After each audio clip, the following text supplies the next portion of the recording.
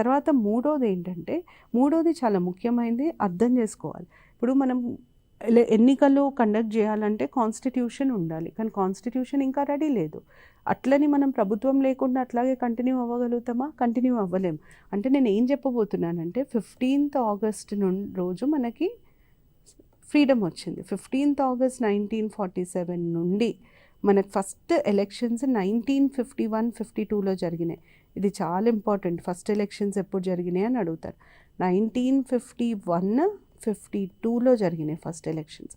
ఇన్ని ఏండ్లు, ఈ 4 సంవత్సరాలు మనం గవర్నమెంట్ లేకుండా ఉండలేం. గవర్నమెంట్ అంటే ఎవరు? ఎగ్జిక్యూటివ్ ఉండాలి, లెజిస్లేచర్ ఉండాలి, ఎగ్జిక్యూటివ్ ఉండాలి, జ్యుడిషియరీ ఉండాలి. జ్యుడిషియరీతో మనకు వచ్చిన ఇబ్బంది ఏం లేదు, ఎందుకంటే బ్రిటిష్ వాళ్ళు చాలా మంచి కోర్టు సిస్టమ్ని ఆల్రెడీ ఎస్టాబ్లిష్ చేసి వెళ్ళారు. అప్పటికే మన దగ్గర సుప్రీం కోర్టు ఉండే, హై కోర్ట్స్ ఉండే, అన్ని కోర్ట్స్ ఉండే. సో మనకి కోర్టులతో వచ్చిన సమస్య లేదు.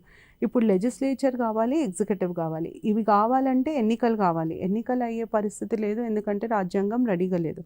అట్లాంటప్పుడు మనం ఏం చేయొచ్చు? వాళ్ళు ఏం డిసైడ్ చేశారంటే లెజిస్లేచర్, ఎగ్జిక్యూటివ్. ఈ గవర్నమెంట్ లెజిస్లేచర్, ఎగ్జిక్యూటివ్ అనే ఈ 2 విభాగాలని కాన్స్టిట్యూయెంట్ అసెంబ్లీ నుండే తీసుకున్నారంటే Constituent Assembly started working as Parliament of India.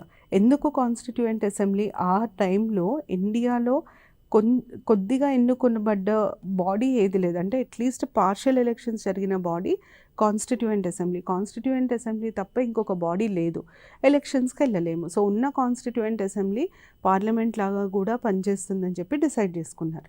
అంటే 15th ఆగస్ట్ 1947 నుండి కాన్స్టిట్యూయెంట్ అసెంబ్లీ 2 పనులు చేయడం మొదలుపెట్టింది.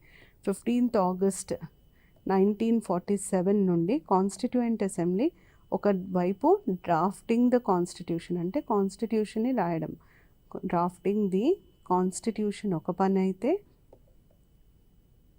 ఎనాక్టింగ్ ఆర్డినరీ లాస్, దేశానికి సంబంధించిన సామాన్య చట్టాలు, లాస్, అండ్ మేకింగ్ డెసిషన్స్, రకరకాల నిర్ణయాలు తీసుకోవాలి దేశాన్ని నడపాలంటే, డెసిషన్స్, ఈ పని కూడా చేస్తుంది. ఇది కాన్స్టిట్యూయెంట్ అసెంబ్లీ లాగా చేసింది, ఇది పార్లమెంట్ లాగా చేసింది.